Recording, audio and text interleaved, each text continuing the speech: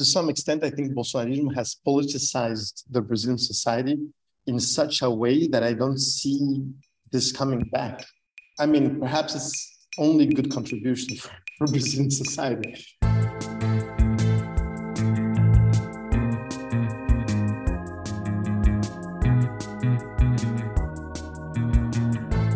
Hello, everyone. Welcome back to Bungacast, the global politics podcast at the end of history. It's Friday, the 28th of October. I'm Alex Hochuli here in São Paulo, Brazil, and joined as usual by Philip Cunliffe and George Hoare in the UK. Now, we're only 2 days away from the runoff in Brazil's election between Lula and Bolsonaro.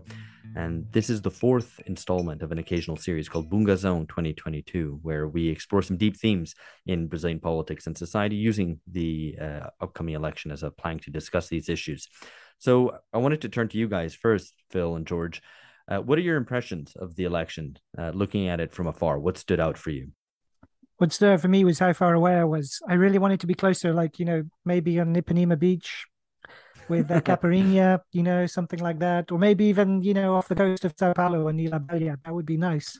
But beyond that, I think it's striking how little it's been picked up on.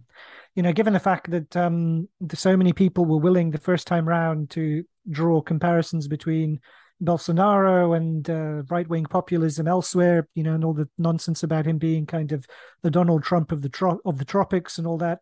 It's remarkable how little attention there is this time around. I mean, notwithstanding the fact that obviously the European and American press is preoccupied with inflation, the midterms in the US, and the cost of living and so on, it's still surprising to me how little attention is being paid. And maybe that's partly because it's so tight. The polls, because it's so difficult to fit it into an easy narrative, but given the fact that it's this tight runoff. So, I guess it's something to think about. George. Yeah, no, I mean, just to echo the main point that Phil was making, it's striking how little coverage it's received, even given you would imagine it would kind of increase coverage, how close compared to how close it was expected to be the first round was. That kind of ups the stakes.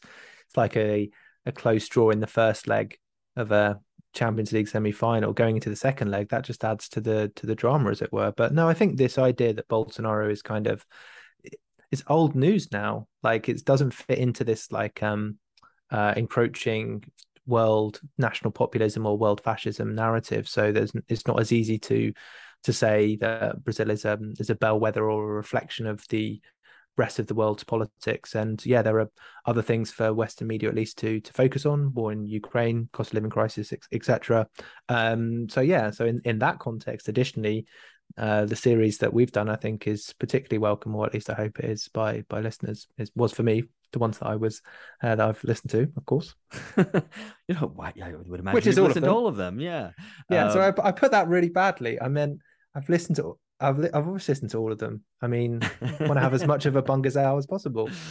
That's interesting to hear. My impression, of course, I'm in Brazil, so it makes it hard to judge the external impression. But most of the foreign media that I see reporting on it, to take the New York Times, for example, they've done a lot of coverage, and of course, focusing on the Amazon. This is an epochal election because the future of the Amazon is at stake, and as a consequence, the future of the planet. Yeah. So, yeah, you're right. That is the angle that I have seen. I wasn't following the New York Times on this. I was thinking more of the FT and the Guardian, kind of, the vanguard of Britain's liberal internationalist press. But that's a really good point. It has been refracted through the Amazon. So who would the trees vote for then? What's the lines? I mean, they would certainly vote for Lula. I mean, deforestation fell quite precipitously once he came in, and what Bolsonaro has done has, of course, allowed for a free-for-all on the Brazilian frontier. But that's not specifically what we're going to be discussing today. What you're about to hear now is me talking to Miguel Lago, who I'll introduce in the interview you're about to hear. So we're going to be talking about populism, and specifically how Miguel urges us to reappropriate that term, about micropower as a basis of Bolsonaro's appeal, and the face-off between a transcendental politics against the old form of transactional politics. What does all that mean? Well, you'll find out listening to the interview now. Okay, I'm delighted to be here with Miguel Lago, who's a political scientist and the executive director of the Institute for Health Policy Studies in Brazil, IEPS, and he also teaches at Columbia University in New York. Hi, Miguel. How are you doing? Anxious, you said, or worried? What was it? Worried and anxious, yes. Thank you. Thank you so That's... much. It's such an honor to be here with you. Great. Thank you. Thanks for being with us. And also, we'll try to not convey too much anxiety in this discussion. We're obviously 4 days from the second round runoff. And part of the reason I think we're nervous is that the polls were wrong with regard to the first round. The strength of Bolsonarismo was underestimated. And if you're listening to this where you are, maybe in the United States, for example, you might find that all this sounds kind of similar. The polls are wrong and the forces of the new right were underestimated. But all that said, Lula's still likely to win. And, that should be some comfort. But I think even if he does, Bolsonarismo isn't going away. I imagine, Miguel, you agree with that. And we also don't know how his movement and the security forces will react if Bolsonaro decides not to accept the result. So firstly, Miguel, how would you characterize the way this election has been fought? I've previously called it on previous Bungazão episodes a plebiscite on democracy, but maybe there's other ways to frame it, such as, for example, between stability, represented by Lula, and apocalypticism, represented by Bolsonaro. So anyway, those are just some suggestions. How would you frame it? You've, for example, discussed the idea that Bolsonaro raises the specter of a regressive utopia for the very first time. That's true. I would put revolution and counter-revolution, being the revolutionary Bolsonaro and the counter-revolutionary Lula. Lula is a true conservative candidate. Bolsonaro is the one who wants rupture. So in this sense, I think that all our political grammar that we are used to has been completely displaced because of this new thriving far-right movement that we're seeing emerging everywhere. We're used to have the right wing as conservatives, but they are no longer conservatives, not at least not in a political sense that we understand conservative. They want rupture. They want, sometimes in some cases, we can argue that they want a revolution. They want to dismantle institutions. It's very different from what, at least in Brazil, or at least in Europe, you had and you conceived as traditional conservatives. Yeah, no, absolutely. I guess that's a little bit cheeky on your part to say that, Bolsonaro is a revolutionary. Also, not least because Bolsonaro refers back to the military dictatorship as a revolution rather than, initiated by a coup. So, but I think it's right the way you place emphasis on the disruptive aspects, I guess, of Bolsonarismo. One aspect which I want to start talking about straight away, actually, in terms of your characterization of Bolsonaro's appeal, is the idea of micropower, and that he appeals to people on that basis. So basically, that, if I've understood correctly, that it's not necessarily class domination, not traditionally understood, but something that might even be transversal to class. So it appeals to all those who hold power over someone else. So it's the teacher over the pupil, or the housewife over the domestic worker, or the husband over the wife. Could you maybe explain exactly how this works and whether you see this as a form of domination that goes alongside class or against class domination? How does it work? Well, Bolsonaro and Lula are both populists, as we say, as Perón was, as Vargas in Brazil was, as Margaret Thatcher was a populist in the UK. Populism is a political logic.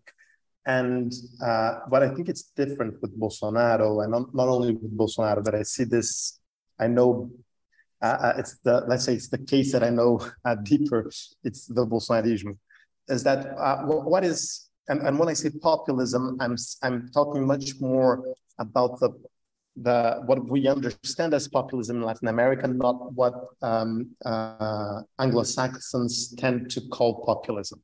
Because normally populism in the Anglo-Saxon literature is something that is anti-democratic, anti-pluralistic, anti-institutions, etc. Mm-hmm. I don't see populism like this. I see populism as a political logic that has worked several times in Latin America. It's not left-wing, it's not right-wing. It's something that divides through discourse. You divide and define a society. And in binary antagonisms that you are creating, in fact, or that you are naming, perhaps not creating, the antagonisms are there, but the way that you're framing them and that you're naming them is extremely important. And a true populist is the one that divides society into two, between what we traditionally called the people and the elites. Bolsonaro does, Lula does a very traditional kind of populism, because the people for him are the poor people, the workers. The elites are the rich people. So as Getúlio Vargas, our biggest symbol of populism in Brazil, did exactly the same thing as Lula does. So it's a very common tradition in Latin America. What's innovative with Bolsonaro is that he divides society between people and elites, but the way he signifies the people and the elites is completely different. It's basically people who are people, let's say he calls, like, I wouldn't know how to translate it, cidadão de bem. So it will be like the good citizen, but it doesn't quite capture it. Yeah. So good citizens against enemies, leftists, communists, globalists, etc. So in this division, in this discourse, what's amazing is that people who are extremely rich are part of the true people because they're good people, good citizens. And those who are the bad citizens, or those who should be erased and killed and expelled from the country, well, those are the intellectuals, the administrative elites. So it's something, the NGOs. So the way that Bolsonaro, for instance, criticizes, like, let's say, social movements, agrarian social movements that we have a lot in Brazil, the way he criticizes, not like the right wing has always criticized. It's like, no, they are like grabbing the lands from the people, from the good citizens. So he's really dividing the society. The landowner is part of the people, and the landowner is the part of the people, and the agrarian movement is the elite, which is extraordinary as like in terms of speech construction, and it works. So what I think it's extremely powerful is that he created this at a macro level, but he managed to displace this to the micro relations of power that we have in our day-to-day lives. And one of the things that he says to those good citizens is that, well, you can do whatever you want. If you want to exert power, you are a good citizen. You can do it. And you won't have the state, you won't have the NGOs, you won't have the feminists, the communists, the globalists to prevent you from doing and from exerting your power.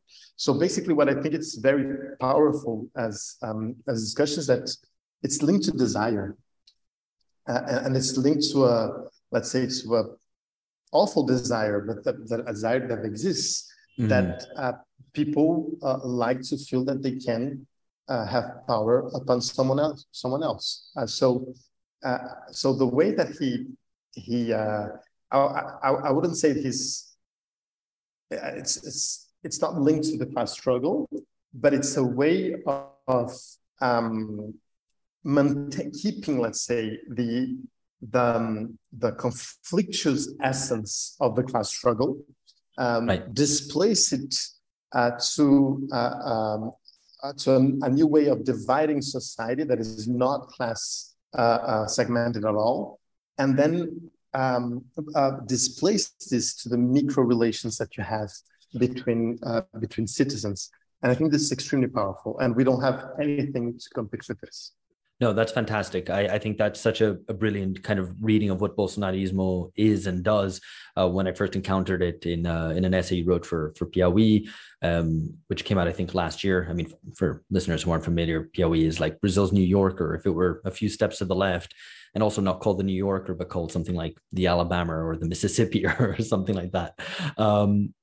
But I think to kind of tag on to that idea of taking a certain conflictual energy, which I think is something which is common to all populism.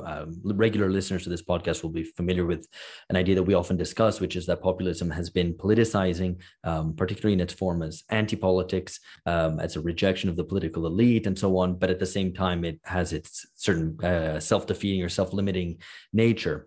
And I like that you kind of bring that stuff in your discussion in your book on populism. I think one aspect of this micropower is visible in the fact that the discourse in this election, or rather the only side that is in contesting this election that really talks about freedom, is Bolsonaro's camp, which is, I think, problematic for a number of reasons.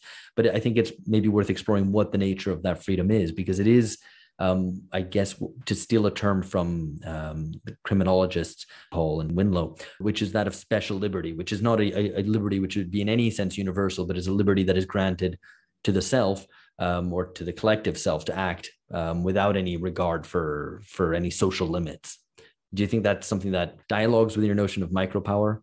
Completely, exactly. The freedom is that they want is exactly to don't have any kind of superego or institution that could prevent them from exerting their desire. In fact, so I agree that the freedom is like, I can do whatever I want. Well, who are you to say that I cannot do this or say this? Yeah. Everyone is free. It's like it's a weird way of subverting the idea of freedom of speech, for instance.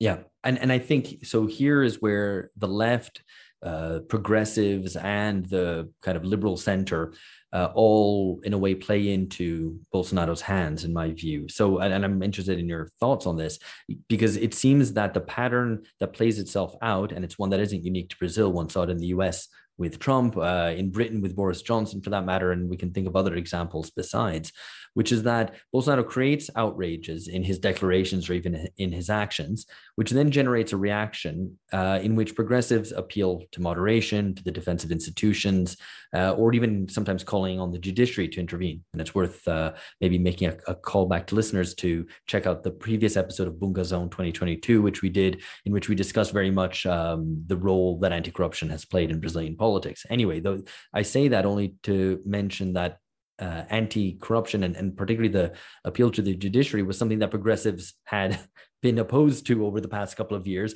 and now suddenly find themselves appealing to the judiciary to fight Bolsonaro with. And all this is to say that it allows Bolsonaro to continue to play the outsider and the victim. So do you think this is sort of the dynamic? Is this, do you agree with this characterization of the dynamic?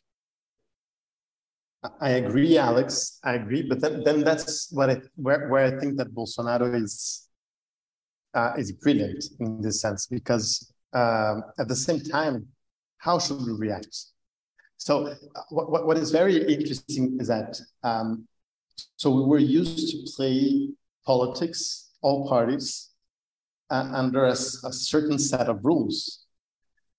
Once you're disrespecting all the rules, what is acceptable and what is not, it's really hard to apply the rules on you, because if you are applying the rules, you're incentivizing this kind of behavior. If you're not applying the rules, you're also incentivizing. So it's very hard. For instance, one of the key discussions that we had in Brazil in the first 2 years of Bolsonaro was whether should we do an impeachment or not to Bolsonaro. Of course, there were many reasons to do the impeachment. It was not a question on about legal basis or something. No legal basis, because they were full of that, but much more political. Let's say one of the things that I argued in one essay that I wrote for Piauí, the same in 2020, in the beginning of the year, I was saying, look, Bolsonaro wants the impeachment. He wants people to put an impeachment against him. So he's doing whatever he can to force institutions to start an impeachment process. What's the problem about that? Why does he want that? Because this way he can show to his followers that he's a victim and that they should support him. So he can enter a chaotic months if he has an impeachment process. We're not discussing his government, we're discussing himself. At the same time, so I was arguing, so an impeachment will help Bolsonaro and will make him stronger. At the same time, if you don't do an impeachment now, he will keep going and keep having the government machine and keep disrespecting institutions. And when will it stop? So again, there was no easy decision because, in fact, both decisions will be good for Bolsonaro to some extent. So it's almost that they put ourselves. I think they have a new grammar, a new political grammar, a new form of it's in this sense. I think it's a revolution in the cultural sense. And in a political sense, and we don't have the instruments to fight them with the old instruments that we have with our representative democracies, with rule of law. We don't have them. We don't have them because I think it's. I agree that the Supreme Court is perhaps being very active, and that in a good democracy it shouldn't happen. But the fact is, if they're not active, what will happen? So at the same time, I don't know. I think it's an enigma that Bolsonaro puts to the institutions, and we don't know how to answer. I don't have the answer for that. Yeah, no, absolutely. I mean, and it seems to me that also a lot of the mainstream institutions, of which Bolsonaro has always been a part. I mean, it's worth repeating that he was a 7-term congressman and so on. They were relatively hands-off on Bolsonaro, obviously in 2018, when they very much enabled his rise to power. And this I would also include the media and so on. But then at a certain point, belatedly, they decide that they need to rein him in a bit. And the way that they seem to be reining him in is particularly on speech, which then allows him to portray himself as a free speech warrior, because very little has been done to prevent him, for example, the creation of the secret budget, where huge amounts of funds have been spent. And so there was no institutional intervention on those grounds, on the real things that matter. And so belatedly, they start intervening by saying, you can't say that, you can't publish that video, you can't post that bit of propaganda and so on, which again, very much plays into Bolsonaro's hands. Now, I mean, I was going to ask you about populism kind of more analytically, but you've already sort of discussed it. So I'm not going to spend maybe too much time on it. Just to note that analytically, you think that it's useful, and also politically, you think that it's useful. Just analytically, I mean, you center the notion of a certain reading of populism as a style, a theatric performance, looking really at the issue of transgression and breaking taboos, which I think is, that's something that I certainly would agree with.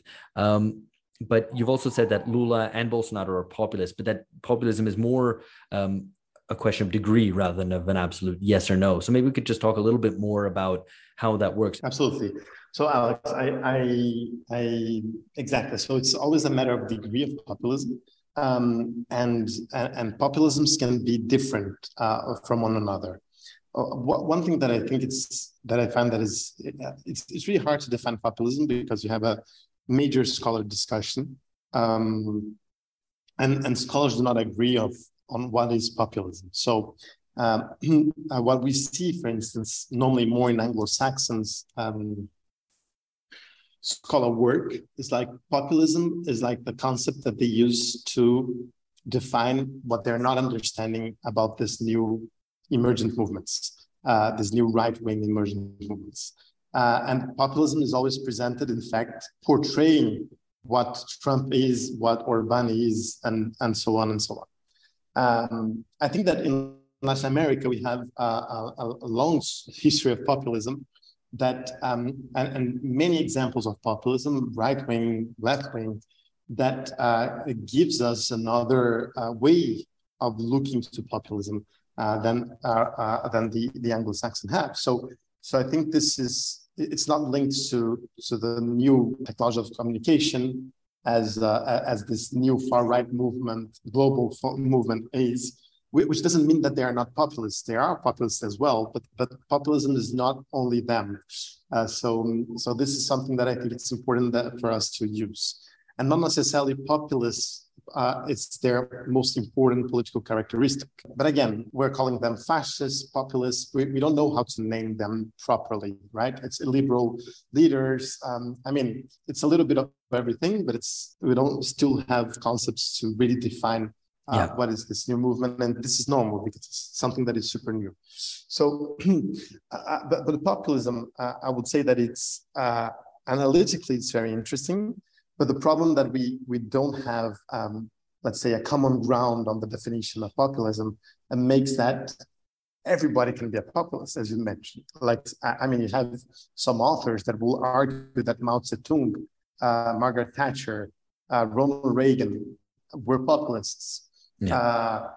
Thatcher, I'm pretty sure I consider her as a populist and a very good populist. I mean, a very effective populist. Not sure if Reagan and Mao Zedong were that populists, or if this is an important part of their political construction, for instance. I'm not sure. But some authors will argue they are. Some authors will say that no. You have some authors in Brazil who say no, but Getúlio Vargas and Lula aren't populists, and they're just like a labor. So it really depends on the way that you define populism. But one of the characteristics that we found is the division of society and the mobilization of society through the partition of society into people and elites. In this sense, as I mentioned, Lula and Bolsonaro are populists, but it's important that we don't use populism as a way, as Brazilian press often does, and some politicians who are neither aligned with Bolsonaro, neither aligned with Lula, often call them populists in order to make an equivalence between them. It's the new version of a totalitarian theory where, Stalin and Hitler are exactly the same. Marxism and fascism are the same, etc. And I think that can be easily dismissed as, a kind of defense mechanism on the part of establishment forces and so on. But it's even worse because, Stalin and Hitler are much closer than Bolsonaro is from Lula.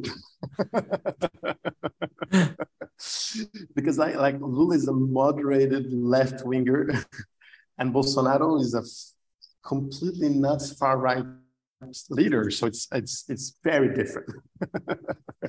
So let's say that, but I agree. So those are the false equivalences that are created in order exactly for. So they are different in different degrees. But I think that Lula is not doing a populist campaign. And that's one of the things that worry me, because Lula is doing, even though Lula in the past had a populist discourse and is a populist leader, he's not doing populism, he's doing something else. So he's creating like a platform that is basically, it's almost a conservative speech, right? Yeah. We want to conserve democracy. We want to protect the rule of law, and we're like having a coalition of many people who are different but who have this in common, and it's like it's like a how do you call it? It's almost a consensual government, right? Yeah. There's no conflict. I'm sorry. It's kind of, and I mean, the part of the nostalgia, I mean, I'm going to come on to this a little bit more specifically, but just as a sidebar to that, there is the nostalgia of Lulismo is not just a nostalgia to the economic growth and inclusion of the 2000s, but also in a way to the post-politics, to the consensus managerialism of the 2000s, which, is problematic. But before we get on to that, because I want to discuss that a little bit in more depth, I want to go back to Getúlio Vargas because you have argued in this essay, which I've already referred to, and I guess for anybody who reads Portuguese, it's included in the show notes. You made an argument that basically Lula had to embody Vargas. And if you're not familiar with Vargas, just very briefly, he's easily Brazil's most important 20th century politician. He came to power in 1930 on the back of a revolution led by young military officers opposed to the old oligarchy.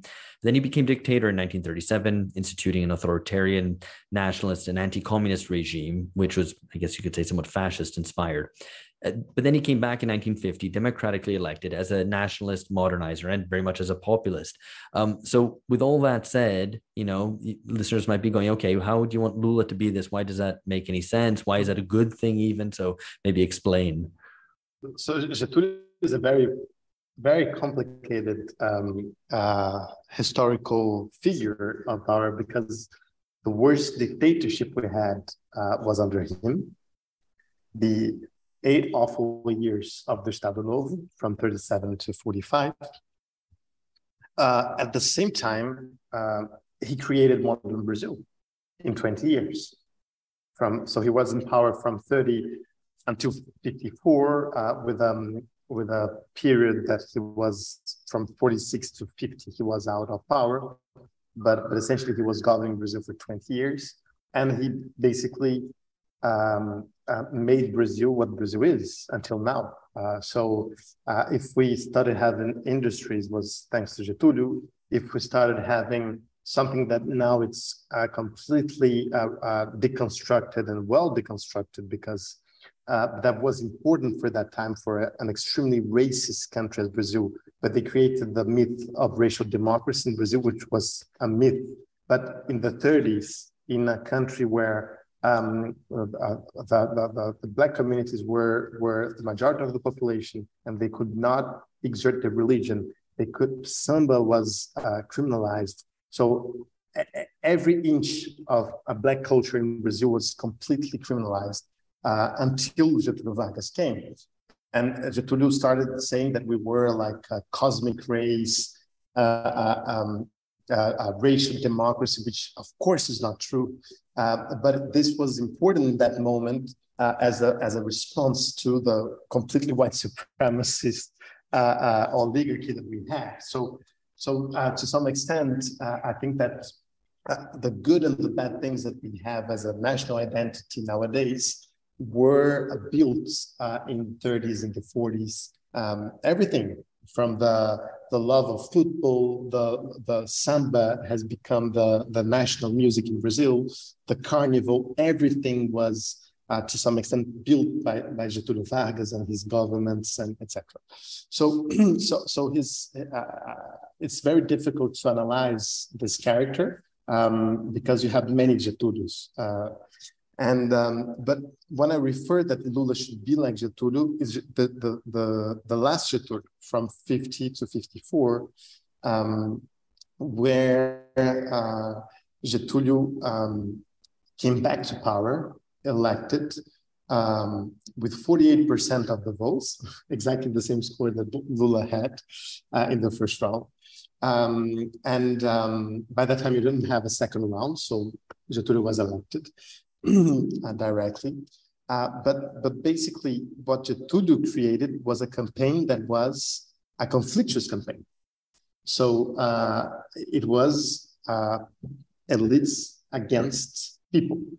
So one of the, and you have slogans from that time, and Getúlio himself was not really a religious person, but, and he didn't promote religion as something important in his government. He was quite atheist or agnostic. but he reproduced, for instance, the religious phrasing, the idea of the saints in Brazil, in order to produce a very beautiful campaign in the 50s that was at the same time like the velhinho vai voltar, so the old, our old ruler is coming back, which is something that Lula is doing a lot. So the good president from the past is coming back. Mm-hmm. So in this sense, Lula is exactly like Getúlio was in 50. But Getúlio had a much more conflictuous proposal for coming back. This time he will govern, he will free the workers, which is something that Lula has not at all this message. The message that Getúlio had was, this will be a second abolition. So if we had an abolition of the slaves in the 19th century, now Getúlio will do the final abolition of the workers. So this will be a worker-driven government. And so this was the platform where he was elected. And all the press was against him. All the traditional political parties were against him. Even one of the political parties he built himself, the PSD, which was a right-wing party that had another candidate. So he really did a campaign that was based in the unions that had this discourse. So I'm not saying that Lula should do like a leftist campaign, not at all. But that I think that Lula should have been a populist in this campaign. I think that in order to fight the Bolsonarismo in the Brazilian society, populism can be one of the answers. But a populism that respects democracy, that respects institutions, that respects human rights, not evidently the kind of populism that Bolsonaro does. Yeah, and I mean, of course, Getúlio's government very much was not one led by workers, but at the most was, I guess, a corporatist arrangement.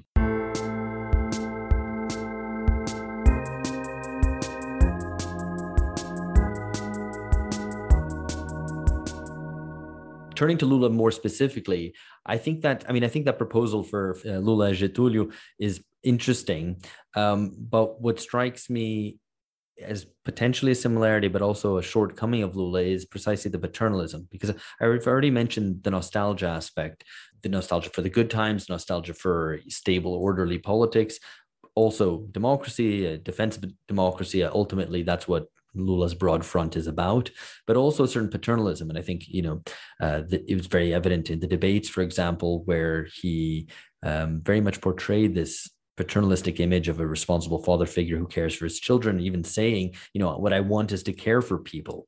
And I wonder whether you find that paternalism works in contemporary Brazil, a Brazil which is much more post-traditional, perhaps less deferential than it was in the past, whether that sort of paternalism works. Maybe it works in certain regions amongst certain groups of people, but maybe not overall. Yeah, I think it works in some regions, but I agree with you. I think this is something that is dying. I think this is working less and less.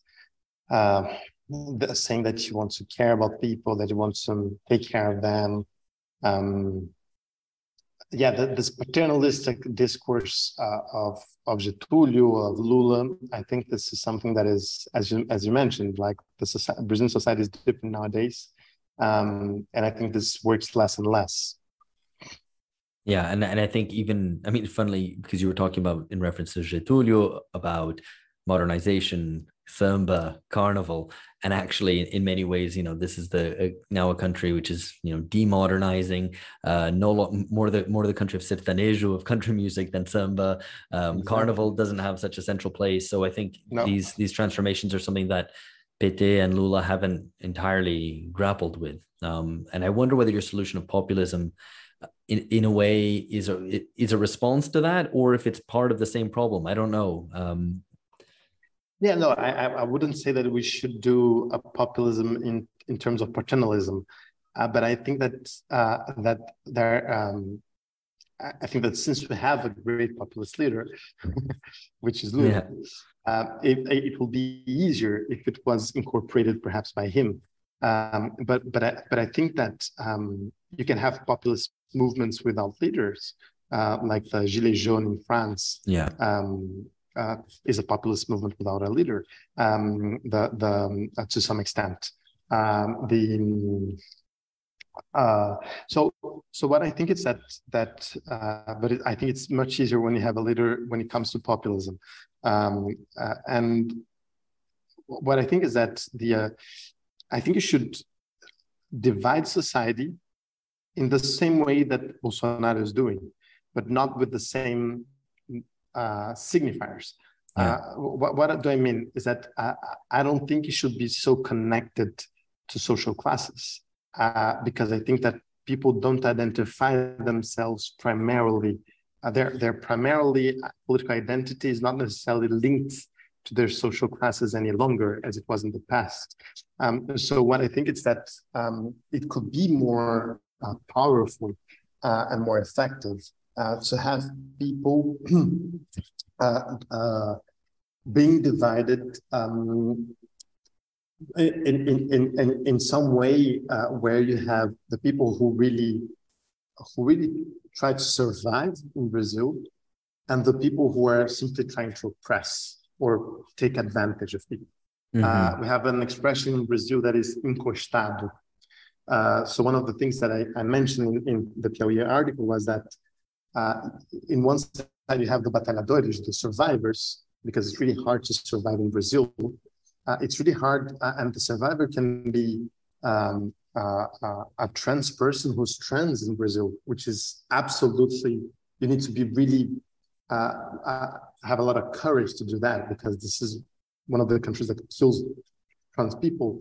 If you are a worker woman with a family and you don't have normally those families don't have a male because the men have left the family, don't give money to the children. This is also a survivor. But also like a businessman who wants to do business in Brazil and doing all properly and correctly without giving any money kind of corrupt dealings, or corrupting anyone, or paying all his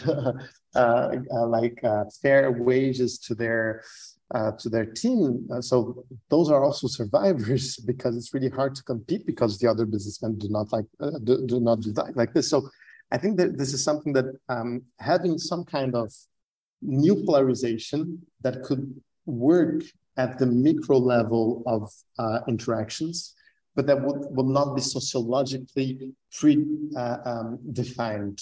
I think this will be important to try to dispute the narrative of the Bolsonarismo, and I don't see this happening, and I certainly don't see Lula as the person who wants to do this. I think Lula has an impression that Brazil is still a Catholic country, that Brazil is still you still have like workers who are like industrial workers.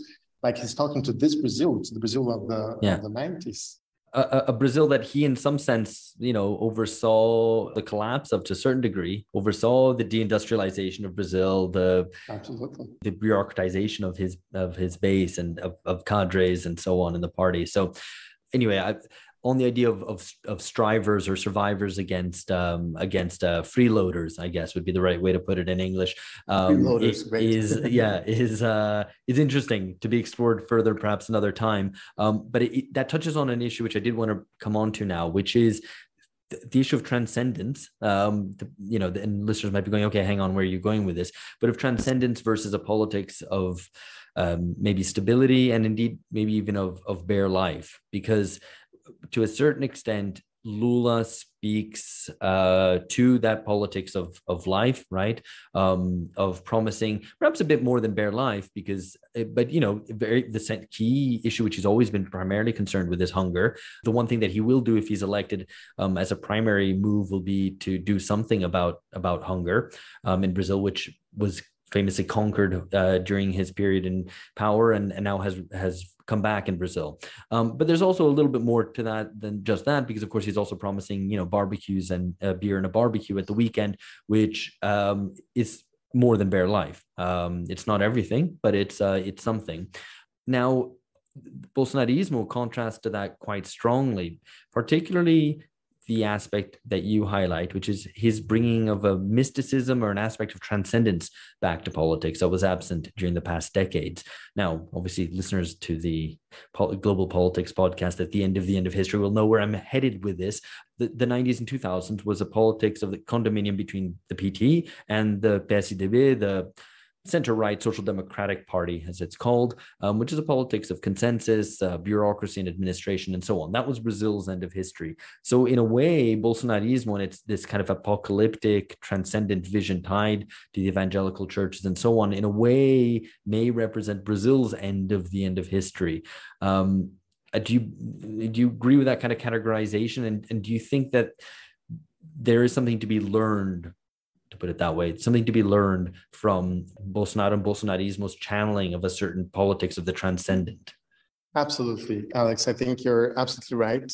I think that this condominium did many good things for Brazil, like we owe to them the end of inflation, inequalities were reduced, political stability, some human rights, and rule of law. So yeah, I think this condominium was, let's say, perhaps the best years we had in Brazil in democratic terms, in terms of a more democratic society, and so it had many advantages, and we cannot simply say this. I think I value what they did, but at the same time, in terms of political speech, it was only about developing Brazil and making your life better, basically giving you more beer and more meat, in both ways, of course, with different ways of portraying or framing this discourse, but essentially PSDB and PT were competing to see who could deliver more, as if the people wanted more services and better public services, which is something that I think we take for granted, and it's not always the case. I mean, I want better public services for sure. I would love to have better public schools, better public health facilities, and so on. And I know that I'm a big part of the population as well.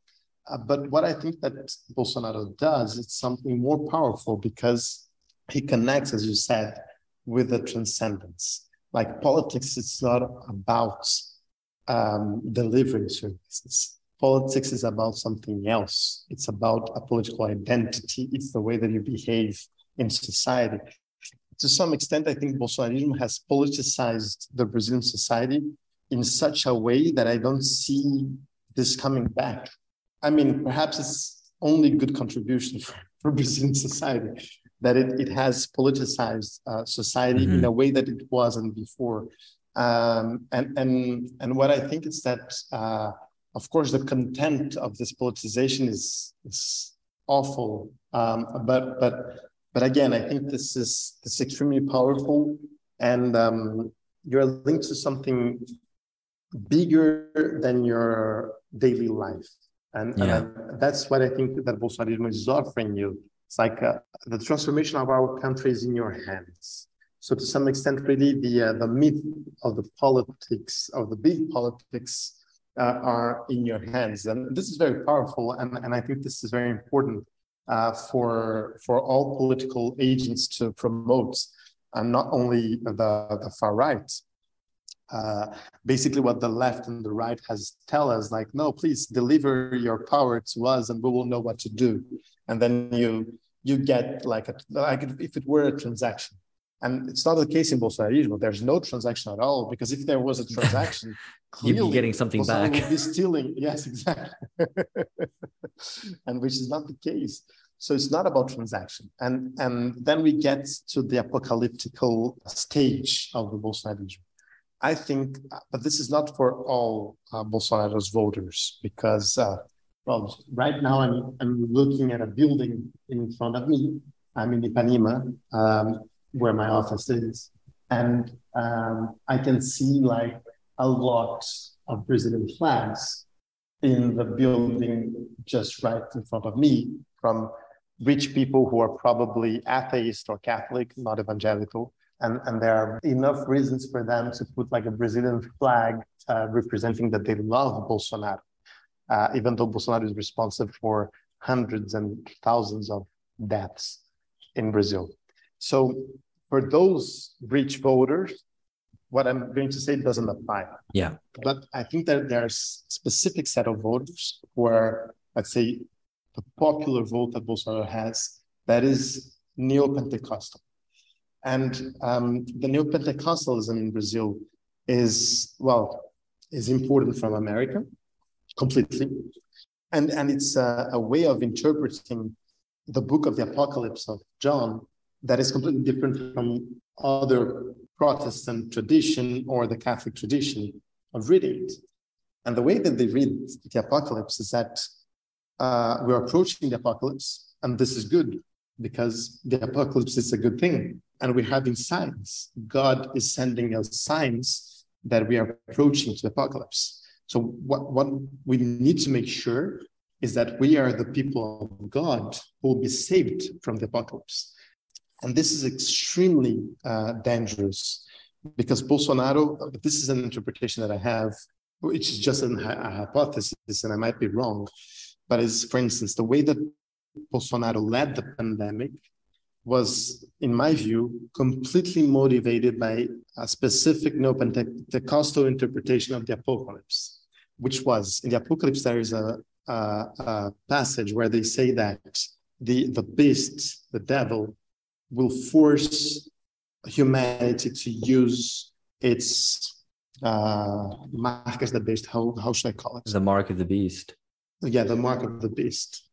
And people will only be able to trade and to access space if using the mark of the beast. So of course, masks, vaccination becomes the marks of the beast in their interpretation. And that's the way that I see why Bolsonaro doesn't use masks, why Bolsonaro keeps saying that vaccination is a problem and you shouldn't get vaccinated yourself, because he is building this as signs of the apocalypse.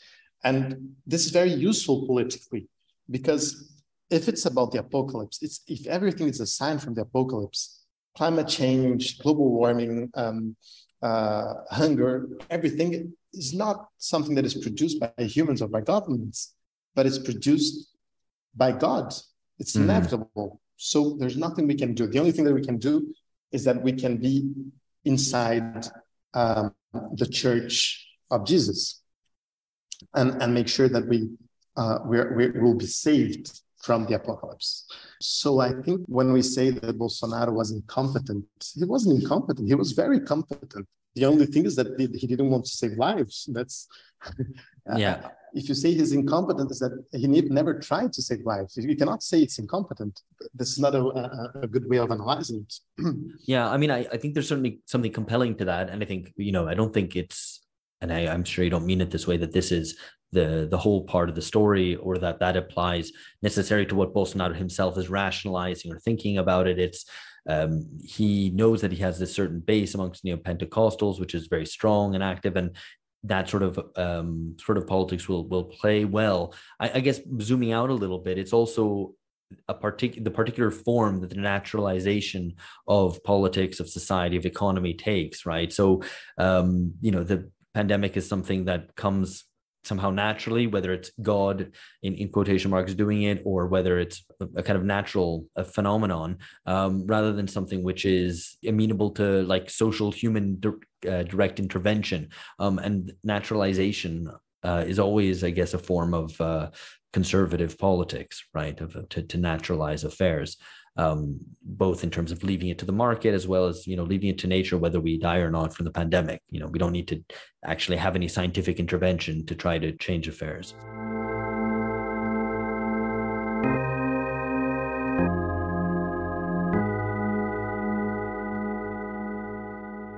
Anyway, to come back to the question of transcendence, I think it's right that the left today does not really have any notion of teleology, of transcendence.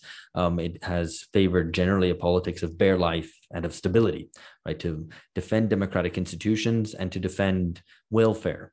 And the question of freedom, of emancipation, seems to be pretty absent from that story. And in fact, so much so that it leaves a lot of space open to the new right to claim the banner of freedom, as Bolsonaro has done, because the left doesn't seize upon it. One way in which that freedom, I guess, is manifest in the new right is that bit of populism, which is quite crucial to populism, which is transgression, right? And that ability to satirize, ability to transgress norms, freedom to to poke fun at people's sense of decorum or whatever it might be, public standards even. Taking the case of Brazil, but maybe speaking a little bit broadly, I'm interested in what your opinion is, whether the left in some ways should be defending public standards, civic institutions, and so on, or trying to reclaim transgression, because traditionally the left was the party of transgression, not the right. The problem with this interview, Alex, is that we agree not in everything. Look, I think this is a brilliant analysis. I agree with you.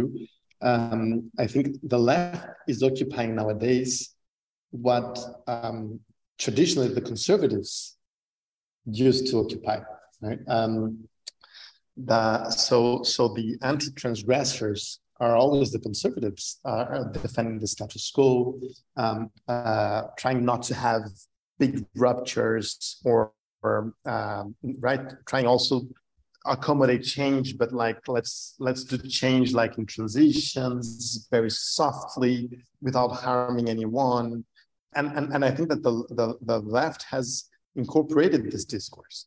I'm not saying, I don't think that the left should be transgressive towards our institutions and our or the rule of law. Not at all. I think we should keep those values. I think it's very important to have a, let's say, democratic left that is defending democracy and the democratic institutions. But I think defending the political institutions shouldn't be a political value. This should be something taken for granted. As I think that corruption shouldn't be like a political value. Like you shouldn't be corrupted. It's a basis. It's a basis of everything. So I'm not sure if the politicization of the defense of those institutions are the best way of attracting voters or building political discourses. Of course, you need to defend institutions, but I don't know if that your main discourse should be like we're defending democracy. But certainly, the left should reintroduce conflict in its discourse. And I don't see conflict in the discourse of the left. What I see is conservatism. It's like, let's not lose what we conquered. And I think this is great. We need to keep our big conquests, but this is not enough. I don't think you create political desire defending a Supreme Court. I don't think you create political, which doesn't mean that you need to defend them, but this cannot be your major political achievement. Absolutely. Okay, fantastic. I'm not going to let you go though without, because we're so close, a little prediction. What's going to happen on Sunday? Look, I think it will be a very, very tight election. I wouldn't say Bolsonaro is the favorite. However, I think that Bolsonaro's campaign is way better is doing a better job than Lula's campaign. And I think way better. So of course, Lula has 6 million votes or 5 million votes. I don't remember exactly the amount. It's a lot of votes ahead. It's a lot of votes ahead. But Bolsonaro is doing a better campaign than Lula in the second round. Yeah, I guess it will be very hard to say. Evasive. It shouldn't be. It should be like, of course, Lula. But no, it's not, because we had a terrible government of Bolsonaro. Not only all the horrors that we know, but it was, in terms of transaction, there was nothing good during the Bolsonaro government, which is something that you cannot say about Modi, for instance, in India, or Orban in Hungary. Any government can do good things except for Bolsonaro. Yeah, I think that's an important point to underline. It's not just a sort of, we're against right-wing populists or whatever. It's like, Bolsonaro is actually in some ways even the worst amongst his category. So exactly. Yeah. So, and we're having like the biggest leader of the last 50 years of politics in Brazil, we struggling. have we have our best player, and still and we have the worst player on the other side, but still, it's hard to say. So yeah, I wouldn't say Bolsonaro or Lula favorites. I think anyone could win this election, but certainly if I need to bet on a score, it will be like 50.5, 49.5. It will be like that close. Yeah, I think I should be honest here and put my money where my mouth is as well and say it's going to be 49-51 in Lula's favor, and Bolsonaro's not going to accept the election result, and it's going to be a whole lot of confusion at the very least. It will be a confusion, but it's important that Lula wins the election, because that means that that doesn't mean that Lula will govern, but at least this means that Brazilian society wanted Bolsonaro out. And this means a lot for me. So, yeah. Yeah, absolutely. All right, Miguel, thank you very much. This has been great. Thank you so much, Alex. It was really, really great. Obrigado. Hello, welcome back. It's Alex, George, and Phil here. If you've enjoyed what you're hearing, make sure to drop us a review, drop us 5 stars wherever you get your podcast, and make sure you hit subscribe if you don't already. Now, Phil and George, what did you think of that? I think I want to start with this issue of populism. As I said in the interview, Miguel has both an analytic approach to it, but also has a political proposition Miguel urges Lula to adopt populism more explicitly. What do you think of that? Yeah, I mean, I have to say I was kind of horrified by Miguel's willingness to endorse Vargas as the kind of model that Lula should go for. And I think it speaks to me the fact that, he's willing, on the one hand, he admits that Vargas was, Brazil's worst dictator, but at the same time thinks that that Lula should emulate him in order to stave off the threat of Bolsonaro. I mean, I've just found it, kind of a remarkable cry of desperation by a left-wing intellectual. Vargas was kind of fascist adjacent. I don't think he was a fascist, but this kind of idea of it conceding that he was Brazil's worst dictator on the one hand, but also a great man on the other, and that provides like a paradigm that should be emulated. That just seems to me so desperate and wrong-headed. My breath was taken away, to be honest. So do you think that, even because I think Miguel's proposition is very much the democratic Vargas of 50 to 54 and not the dictatorial Vargas, and specifically the way that he kind of constructed a notion of the Brazilian people, which was more inclusive than before. I think, that's what he so what I was going to say was, that was a part, though the multiracial thing was a part of Portuguese and Brazilian kind of Lusophone fascism. The idea that Portuguese superiority was evident in the fact that they were so effective at kind of combining all races. But that, notwithstanding that, the other reason I thought it was so surprising is also because he admitted your points, right, about the fact that the Brazil of today isn't the Brazil that Lula emerged from. So, he makes the point that Vargas was effective in presenting modern Brazil, built around football, around the kind of mythology of multiracialism, around samba, around carnival. But then he admitted, when you said, it's the Brazil of deindustrialization, the Brazil of the evangelical and not the Catholic Church, the Brazil in which, nobody kind of cares or listens to samba anymore. That Brazil is gone. So it seems, trying to recreate that Brazil, or a politics that tries to recreate a Brazil that doesn't exist anymore, will simply recreate the problem of Bolsonaroismo to begin with. Yeah. Right. So the only way to escape it seems to me that Lula, far from kind of trying to recreate Vargas's Brazil, he should be, kind of trying to speak to the Brazil of the 21st century. Otherwise, Bolsonaro will monopolize that terrain.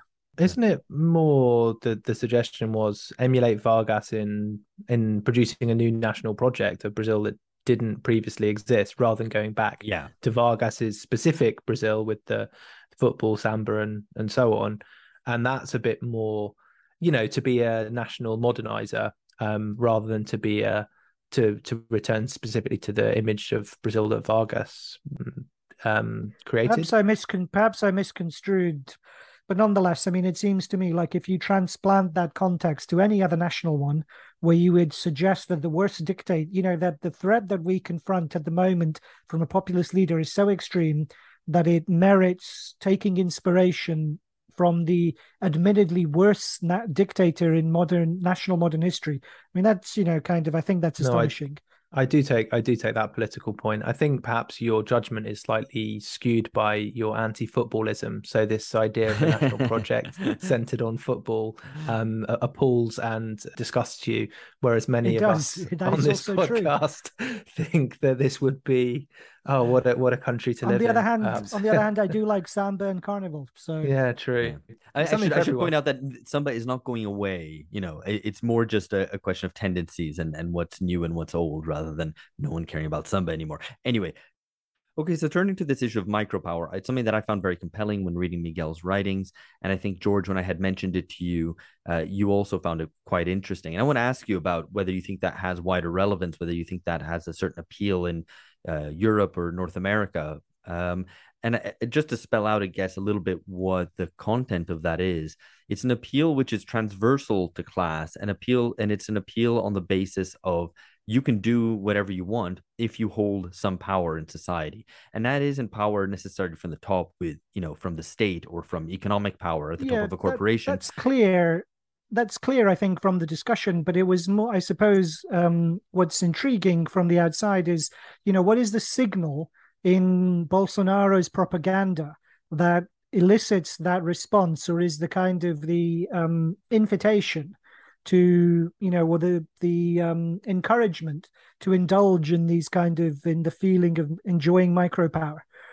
Because that, I think, is difficult to read from the outside unless you're in Brazil or have familiarity with Brazilian kind of culture and politics. I mean, if you just think of a machismo, which I know, is not so present in Northern Europe, for example. So, but I'm sure you can, imagine how that plays out, how the domestic violence might increase because there's just an increase in impunity. For those who are cast as good citizens, cidadão do bem, you can kind of get away with what you want. And so one example, although this refers much more to traditional understandings of power too, but people will have heard about the episode of Roberto Jefferson, a former congressman, famously corrupt, who is a Bolsonaro ally, who has been under house arrest for a long time. He broke the conditions of his house arrest. Federal marshals came to his house, and he came out with guns and threw a grenade at them and shot at the federal police. And then the federal police were shown inside the house, just casually talking to him and kind of laughing and so on, right? Something that wouldn't, obviously if you were not white and not rich, he'd already be dead.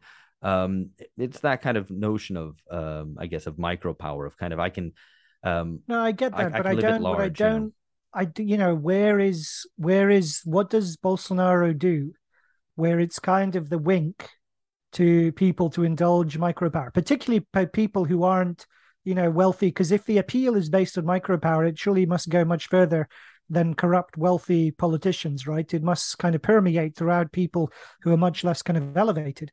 And I just wondered, what are the examples of that?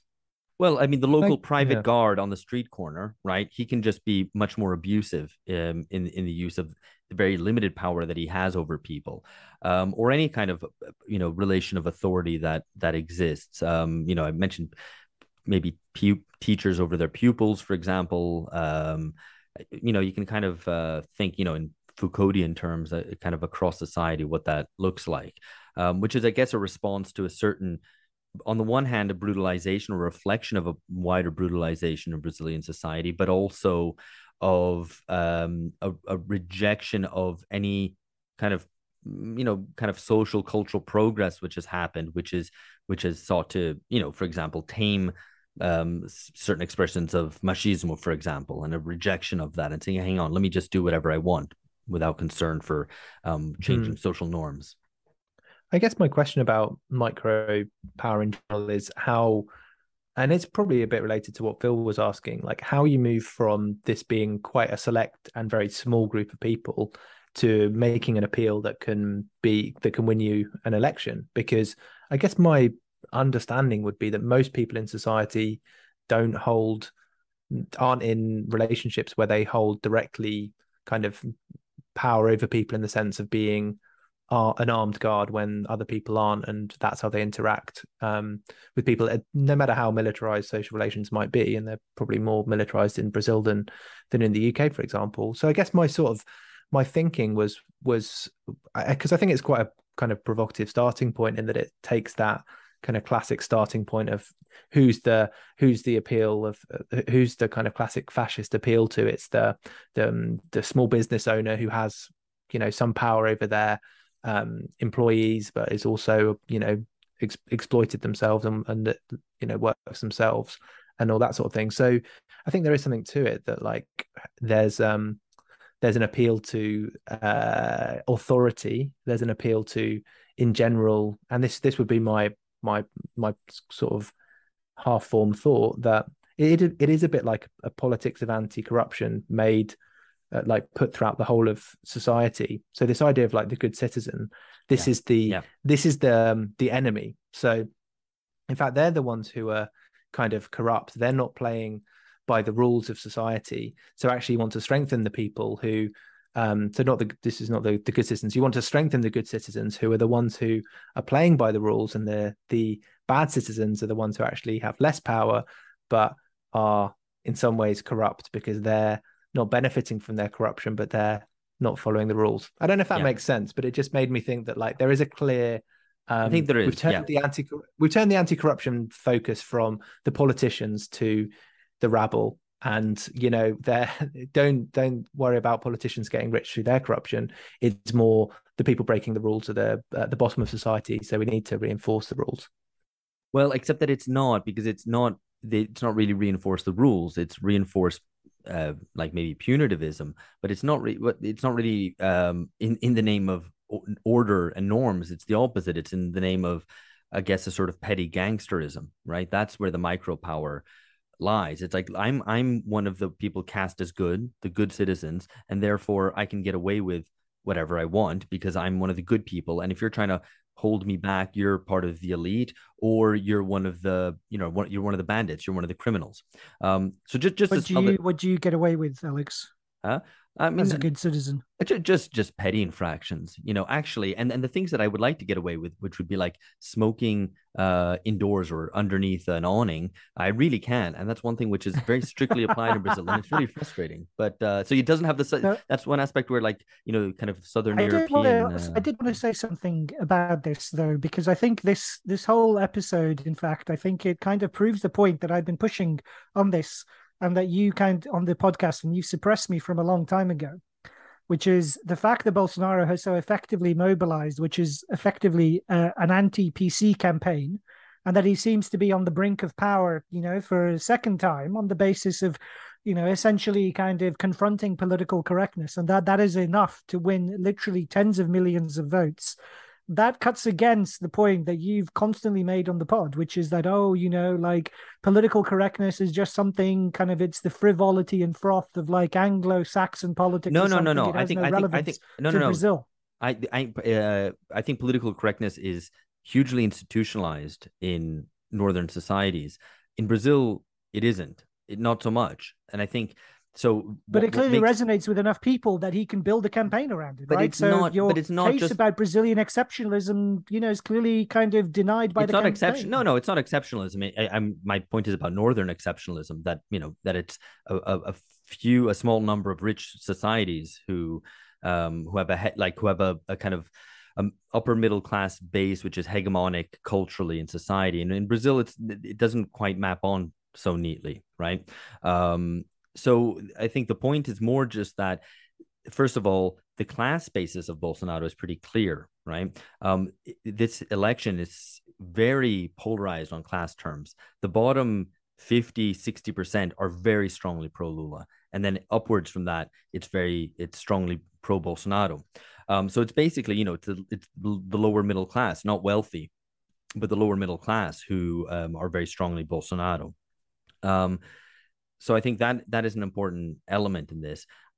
I think the transgression, to move on to the kind of next topic, is an important component, absolutely, in kind of that not non-obeisance to official rules of formal forms of conduct, of even public standards, that provides a certain frisson. That is the kind of element of reaction against political correctness. It's hard to know how to answer that, because on the one hand, as I said in the interview, the left used to be the party of transgression, at least in some sense. But on the other hand, you think, well, we should also be defending public standards, right? Not political correctness, not you can't say that, but to a certain degree of an understanding that certain things aren't fit for public discussion, and maintain a boundary between public and private. Yeah, I think that's right. So I mean, and that kind of goes with a certain sense of the civic decorum, of commitment to the kind of certain kinds of processes, procedures, and so on, which doesn't need to be conflated with veneration or respect even for the particular kind of methods of rule of the particular state. But I think given the kind of the crudity and extremity on which populist leaders, with kind of Trump and Bolsonaro being very explicit examples that they trade off, I think it is worth kind of trying to hedge that in. Yeah, absolutely. Beyond that, I thought, this is the most powerful point I took away, was the fact that through keying into apocalyptic Pentecostalism of modern Brazil, and the way that allows ordinary Brazilians to feel that they, or the ones who support Bolsonaro at least, to feel that they have a stake in the nation. I thought that was a remarkably acute insight, and particularly how the contrast with Lula's kind of more paternalistic image, or the fact that it's kind of return, let the good times return, and how that doesn't quite have the same resonance for people feeling that they're participating in something where they have kind of a meaningful collective choice. And I thought that was, maybe the most powerful insight that came through. Though I think what Miguel didn't really pick up on, though it was kind of the juxtaposition was right there, was the fact that the kind of, he blames Pentecostal kind of apocalypticism for the problem, when it seems to me that has been presented by the left, the global left, but including the Brazilian left, on a silver platter, because, the left's kind of endorsement and encouragement of apocalypse, global warming, the pandemic, that these have been gifts to authoritarianism around the world, including that of the left. But in this specific context, the way in which people resist that apocalypse and the kind of the blackmail that comes with it is by, in the specific Brazilian context, this is the way I understood what Miguel was saying, they resisted by saying, well, it's not going to be that bad because it brings the kingdom of God closer.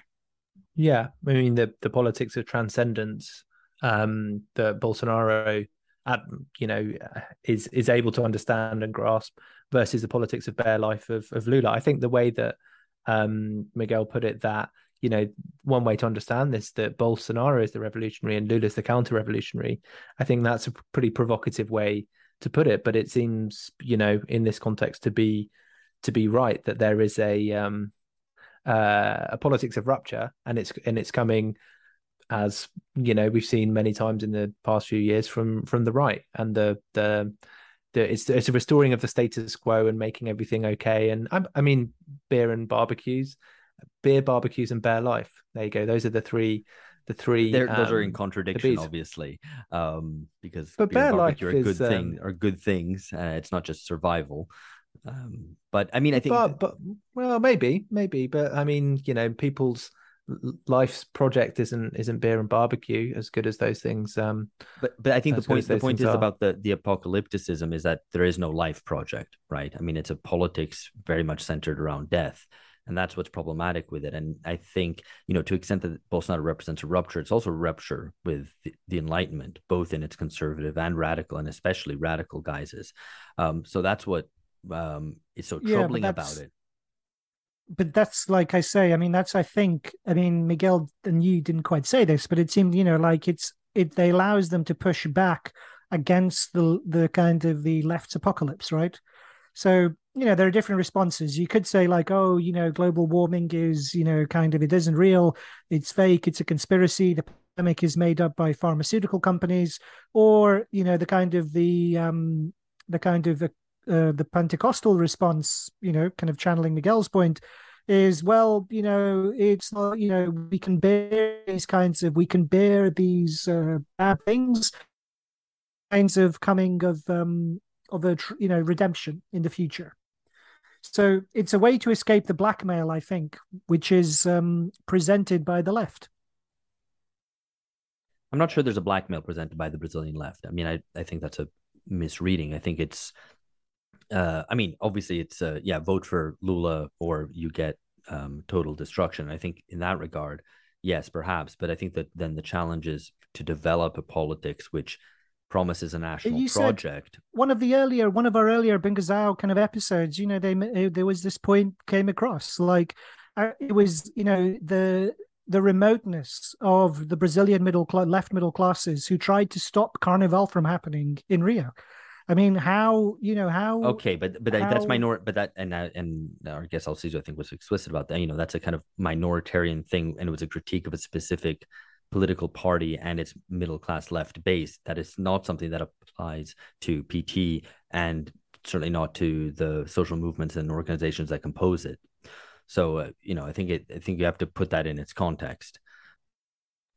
George, any final points here with regard to the politics of transgression versus transcendence? Because I think the way we discussed with Miguel was that that was opposed to the transactional politics of Lula, that vote for me and you'll get good stuff. You'll get access to university, you'll get jobs, you'll get a higher income, rising minimum wage, and so on. And so that is clearly obviously opposed to various aspects of Bolsonaro. As we discussed, there's no transactional aspect of Bolsonaro because he gives you nothing concrete in return. In fact, it's very much the opposite. It's taking away, it's breaking down state capacity in all sorts of forms. But at the same time, that notion of transcendence and of transgression kind of stand a little bit opposed to each other, because one is the Joker figure poking fun and saying the things that you shouldn't and can't say. And the other one, the transcendent aspect, is something much more, holy, for lack of a better word, right? But which it plays into a much more mystic kind of understanding of what's going on. So I don't know how those two dialogue with one another. Yeah, I mean, there's three, isn't there? There's transgression, transcendence, transaction. This is starting to cook up a good academic paper here, or not a good academic paper, just an academic paper. I mean, I guess the question is like, which is a sounder political strategy, offering transcendence or offering transactions? And I think in general, like if you discount the idea that Bolsonaro is giving through a transaction, he's giving you the kingdom of God, I don't think that's a very secure transaction. I don't think you can ask for your money back if you keep the receipt on that and it doesn't happen. But I think transactional politics is, in general, a more solid way to build a base. It's you reward your allies, you punish your enemies, materially first and foremost. That's patronage, and it goes quite far in modern politics. I mean, I guess my are we moving on to predictions, because this is going to come out? Yeah. Presumably, it does still seem like. I guess actually though, this is the danger, that it seems from the discussion that there's like no way Bolsonaro can win. That kind of analysis of micro power, like what would a political scientist who's sympathetic to Bolsonaro say is Bolsonaro's appeal? Is there something that's something that we haven't discussed that could explain a Bolsonaro victory? Otherwise, it seems like all of the things that Lula's offering are more majoritarian, and that's how you win. That's how you win elections. So I guess that's what the polls seem to suggest. But it just seems to me like, is it too easy to say like there's no way Bolsonaro can possibly win because this is his appeal, and that can't quite be right. No, I mean, I think the story of this, in some sense, this might not end up being the headline, but I think it's a truth to it that Bolsonarismo has proved far more resilient than was expected. And you can weigh up several different elements and they end up kind of evening out. So Bolsonaro has been terrible as a politician by any traditional understanding of the term. He has the economy is terrible, right? 600,000 people died during the pandemic, and he laughed in people's faces, which alienated a lot of people.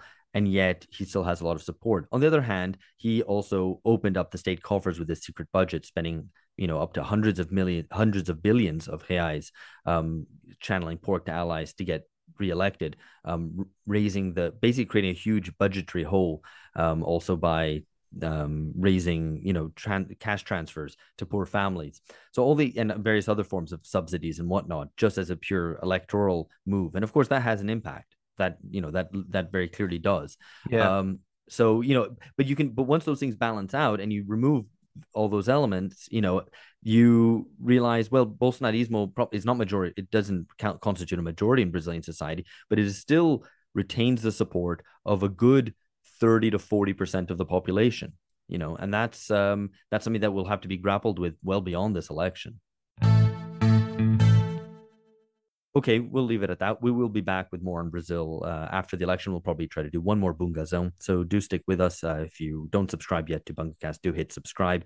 And we have a Patreon where we put out at least two original episodes a month, including extended interviews, bonus content, original episodes, and responses to your questions, where we dialogue with our very active Patreon base there. So that's patreon.com/Bungacast. We'd love to have you. And anyway, we'll see you very soon. Catch you later. Bye-bye.